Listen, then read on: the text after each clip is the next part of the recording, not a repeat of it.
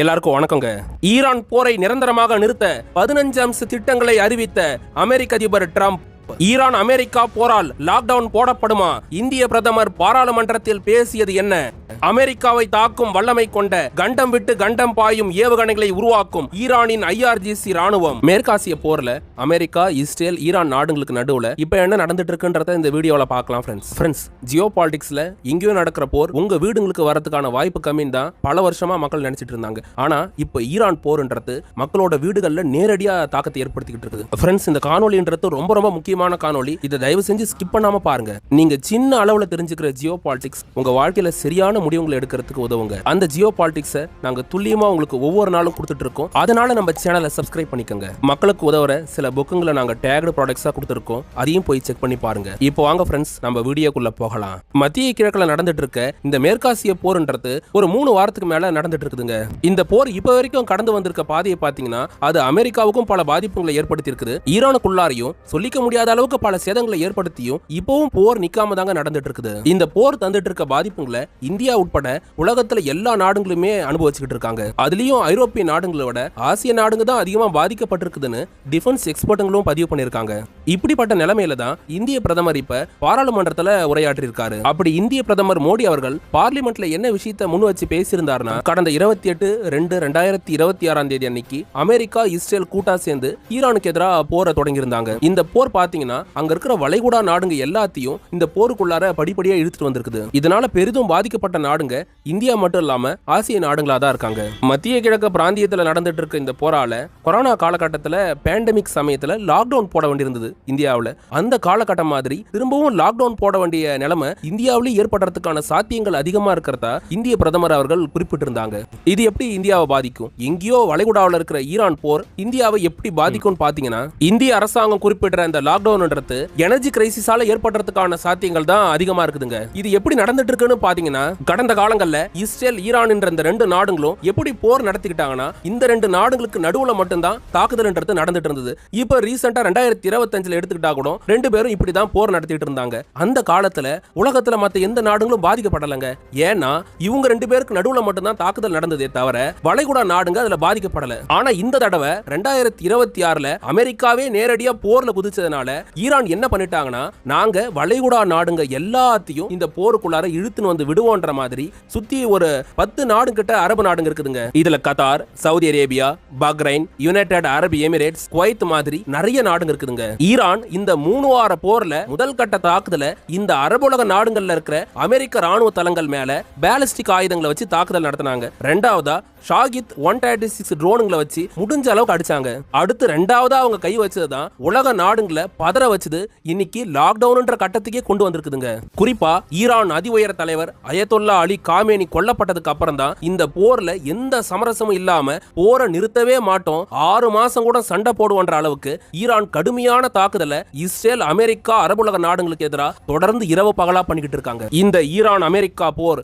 கரெக்டா எந்த இடத்துல இந்தியாவை பாதிக்க ஆரம்பிச்சதுன்னா, உலகத்திலே அதிகமா கச்சா எண்ணெய் உற்பத்தி பண்ற நாடா சவுதி அரேபியா இருக்காங்க. அடுத்ததா உலகத்திலே அதிகமா சிலிண்டருக்கான LPG கேஸ் உற்பத்தி பண்ற நாடா கத்தார் அமைஞ்சிருக்காங்க. இந்த 2 நாடுகள்ல இருக்கிற அராம்கோ தொழிற்சாலை, அதுக்கப்புறம் ராஸ் லஃபான் கேஸ் தொழிற்சாலைகளை குறி வச்சு ஈரானோட புரட்சிகர காவல் படைன்னு அழைக்கப்படுற IRGC ராணுவன்றது பாலிஸ்டிக் மிசைல்ஸ்ங்களா இருக்க காதர், HQSM, ஃபதா 2 மாதிரியான பாலிஸ்டிக் ஹைப்பர்சானிக் மிசைல்ஸ்ங்களை வச்சு சராமாரியா தாக்குதல் நடத்திட்டு இருக்காங்க. இதனால சவுதியோட பட்டத்து இளவரசரா இருக்க முகமது பின் சல்மான், அதுக்கப்புறம் கத்தாரோட மன்னரா இருக்கிற அல்தானியை என்ன அறிவிச்சிட்டாங்கன்னா, ஈரான் தாக்குதலை சமாளிக்க முடியல, எங்களோட கேஸ் அதுக்கப்புறம் பெட்ரோலியம் ப்ரொடக்ஷனையே நாங்க தற்காலிகமா அடியோட நிறுத்துறதா அவங்க தரப்புல அதிகாரப்பூர்வமா அறிவிச்சிட்டாங்க. இது எல்லாத்தையும் தாண்டி ஈரான் பண்ண இன்னொரு காரியம் உலக பொருளாதாரத்தோட குரல் வலையை நெரிச்சுக்கிட்டு இருக்குதுங்க. ஏன்னா வளைகுடா நாடுங்க உற்பத்தி பண்ற எல்லா எண்ணெய், கேஸ் பொருளுங்க எல்லாம் ஈரானோட கடல் பகுதியா இருக்க ஸ்ட்ரெய்ட் ஆஃப் ஹார்மோஸ் என்ற அந்த கடல் வழித்தடத்தை மட்டும் பயன்படுத்தி தான் ஏற்றுமதி இறக்குமதி வர்த்தகத்தை பண்ணிட்டு இருந்தாங்க. கடந்த 3 வாரத்துக்கு மேல அந்த ஸ்ட்ரெய்ட் ஆஃப் ஹார்மோஸ் கடல் பகுதியை முழுசா இழுத்து மூடி வச்சிருக்கிற ஈரான் ஒரு சில கப்பலுங்களை மட்டும்தான் அனுமதிச்சிட்டு இருக்காங்க. ஒரு பக்கம் வளைகுடா நாடுகள்ல கச்சா எண்ணெய் ப்ரொடக்ஷன் நின்னு போச்சு, இன்னொரு பக்கம் இந்த ஸ்ட்ரெய்ட் ஆஃப் ஹார்மோஸ் மூடப்பட்டிருக்குது. என்னதான் ஈரான் அதிபர் பெசஸ்கியான் இந்திய கப்பல்களை அனுமதிக்கிறதா சொல்லியிருந்தாலும் இந்தியாவுக்கு வளைகுடாவில இருந்து என்ன கிடைக்காத நிலைமை இருக்குங்க. ஏன்னா அங்க உற்பத்தியை நிறுத்திட்டாங்க. இதெல்லாம் முன் வச்சுதான் இந்திய பிரதமர் மோடி அவர்கள் திரும்பவும் லாக்டவுன் ஏற்படுறதுக்கான வாய்ப்புங்க இருக்குதுன்ற மாதிரி இந்திய மக்கள் கிட்ட சொல்லிருக்காரு. 150 கோடி இந்திய மக்களையும் தயாரா இருக்க சொல்லிருக்காரு. பெட்ரோலும் எல்பிஜியும் இந்தியாவையே லாக்டவுன்ல தள்ளிடுமான்னு பாத்தீங்கன்னா அதுக்கு 25% வாய்ப்பு இருக்கிறதா தான் எக்கனாமிக்கல் எக்ஸ்பர்ட்ஸ் சொல்றாங்க. இந்தியாவுக்கு சராசரியா ஒவ்வொரு நாளைக்கும் 23 to 35 லட்சம் பில்லியன் பேரல் அளவுக்கு பெட்ரோலியம் ப்ராடக்ட்களை கொடுத்துட்டு இருக்க கச்சா எண்ணெயோட தேவைங்க இருந்துட்டு இருக்குதுங்க. இந்தியா அசாதாரணமான சூழ்நிலையில தன்னை தற்காத்துக்கிறதுக்காக சேஃபான ஒரு காரியத்தையும் பண்ணி வச்சிருக்காங்க. இந்தியாவோட மாநிலங்களா இருக்க கர்நாடகா, ஆந்திரா மாதிரியான மாநிலங்கள்ல ஸ்டோரேஜ் ஃபெசிலிட்டிஸ் வச்சிருக்காங்க. இந்த ஸ்டோரேஜ் ஃபெசிலிட்டிஸ்ல 55 to 80 மில்லியன் பேரல் அளவுக்கு கச்சா எண்ணெய் ஸ்டோர் பண்ணி வைக்க முடியுங்க. இந்த மாதிரியான சேமிப்பு கிடங்குகளா இருக்கிறதுனால இந்தியாவால 7 to 9 நாள் வரைக்கும் பெட்ரோலியம் ப்ராடக்ட்டுக்கான தேவையை தீர்த்துக்க முடியும் தான் எக்ஸ்பர்ட்டுங்க சொல்றாங்க. இருந்தாலும் இந்தியாவுக்கு வளைகுடா பகுதியிலிருந்து கிடைச்ச கச்சா எண்ணெயும் எல்பிஜி நிறுத்தப்பட்டிருக்கிறதுனாலையும் ஸ்டேட் ஆஃப் ஹார்மோஸ் கடல் பகுதியும் பாதிக்கப்பட்டிருக்கிறதுனால தான் இந்தியாவில் இப்போ ஒரு அசாதாரண சூழ்நிலைன்றது நிலவிட்டு இருக்குதுங்க. இந்திய மக்கள் உட்பட உலக மக்கள் எதிர்பார்க்கிற மாதிரி ஈரான் அமெரிக்கா போர்ன்றது ஒரு வழியா முடிவுக்கு வந்துச்சுன்னா என்னதான் வளைகுடா நாடுகள்ல தாக்குதலால பெட்ரோலியம் கம்பெனிங்க சேதமாயிருந்தாலும் திரும்பவும் அதெல்லாம் புதுப்பிக்கப்பட்டு சப்ளை எப்பவும் போல தொடங்குங்க. அதனால இந்தியா மட்டும் இல்லாம உலக மக்கள் நிம்மதி பெருமூச்சு விடுவாங்க. அடுத்த தகவலா போருக்கு மத்தியில அமெரிக்க அதிபர் ட்ரம்ப் ஈரான் கிட்ட போர் நிறுத்தத்தை கொண்டு வரதுக்கு 15 அம்ச போர் நிறுத்த திட்டத்தை முன் வச்சிருக்கிறதா குளோபல் மீடியாவா இருக்க ஏபிடி செய்தி வெளியிட்டு இருக்காங்க.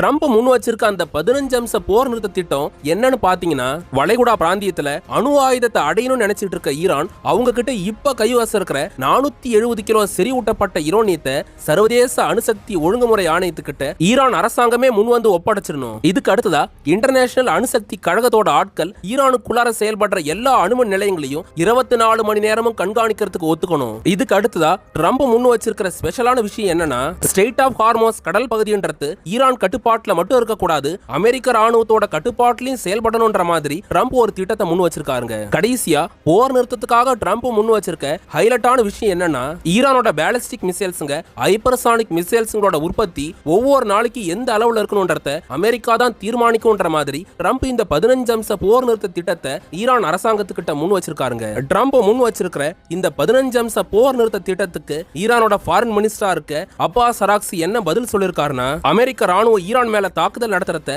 5 நாள் நிறுத்தி வைக்கிறோன்ற மாதிரி ட்ரம்பே குளோபல் மீடியாஸ் கிட்ட பேசிட்டு ஈரானுக்கு எதிரான தாக்குதலை இஸ்ரேல் நாட்டை வச்சு நடத்திட்டு இருக்காரு.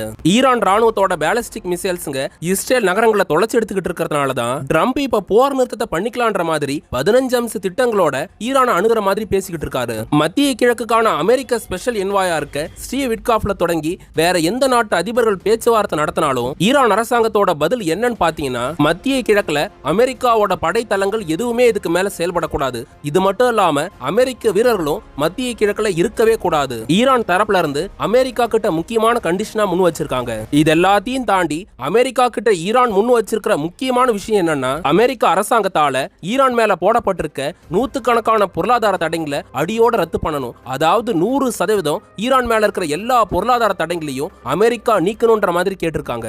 இது மட்டும் இல்லாம போர் நிறுத்தத்துக்காக இன்னும் பல நிபந்தனைகளை ஈரான் முன் வச்சிருக்கிறதுனால ஈரான் அமெரிக்கா போர்ன்றது சீஸ் ஃபயரை எட்டுமான்றத நாம பொறுத்து இருந்தாங்க பார்க்கணும். இதுக்கு அடுத்ததா இப்ப ஈரானுக்கு எதிரான போர்ல அமெரிக்கா என்ன நகர்வுகளை பண்ணிட்டு இருக்காங்கன்னா ஈரானோட கார்க் தீவை கைப்பற்றணும்ன்ற நோக்கத்தோட 2000 இருந்து 5000 வீரர்களை மத்திய கிழக்க நோக்கி அனுப்பி வச்சிருக்காங்க. போர் நிறுத்தத்தை கொண்டு வரன்னு சொல்ற யாராவது தன்னோட எதிரி நாடுங்க மேல படைங்களை அனுப்புவாங்களா? ஆனா ட்ரம்ப் அப்படி கிடையாதுங்க, படைங்களை அனுப்பி வச்சிருக்காரு. இது ஒரு பக்கம் இருக்க ஈரான் ராணுவம் இப்ப ஐசிபிஎம் டெவலப் பண்ணிட்டு இருக்கிறதா தகவல் வந்திருக்குதுங்க. ஈரான் அமெரிக்கா போர் தொடங்குறதுக்கு முன்னாடி வரைக்கும் ஈரானோட ஐஆர்ஜிசி ராணுவ படன்றது 2000 இருந்து 2500 கிலோமீட்டர் வரைக்கும் ரேஞ்ச் போற மாதிரி தான் பேலிஸ்டிக் மிசைல்ஸ்களை உருவாக்கி வச்சிருந்தாங்க.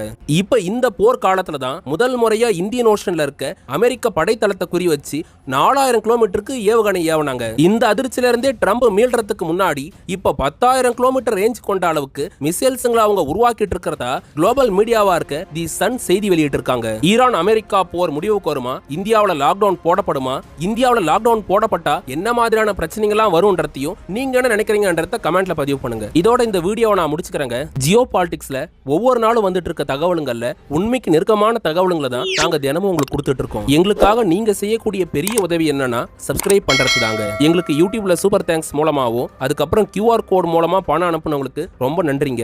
நீங்களும் உதவ நினைச்சீங்கன்னா இந்த வழிகளை பயன்படுத்தி உங்களால முடிஞ்ச உதவிகளை எங்களுக்கு பண்ணலாம் ஃப்ரெண்ட்ஸ். மக்களுக்கு பயன் தரக்கூடிய புத்தகங்களை நாங்க டேக்டு ப்ராடக்ட்ஸா கொடுத்துருக்கோம், அதையும் போய் செக் பண்ணி பாருங்க. போருங்களே இருக்கக்கூடாதுன்னு பேசிக்கிட்டு இருக்க வல்லரசுங்களோட அதிபருங்க இப்பவும் போர் நடத்திக்கிட்டு இருக்காங்க. அவங்க போருங்களை அடியோட கைவிட்டு மக்களுக்கான அடிப்படை தேவையா இருக்க கல்வி, உணவு, மருத்துவத்துக்கு முக்கியத்துவம் கொடுக்கணுங்க. அடுத்து ஒரு டிஃபென்ஸ் ஜியோ பாலிடிக்ஸ் தகவலோட நாளைக்கு உங்களை வந்து சந்திக்கிறேன். அது வரைக்கும் உங்ககிட்ட இருந்து விடை பெறுவது ஆல் இன் தமிழ்.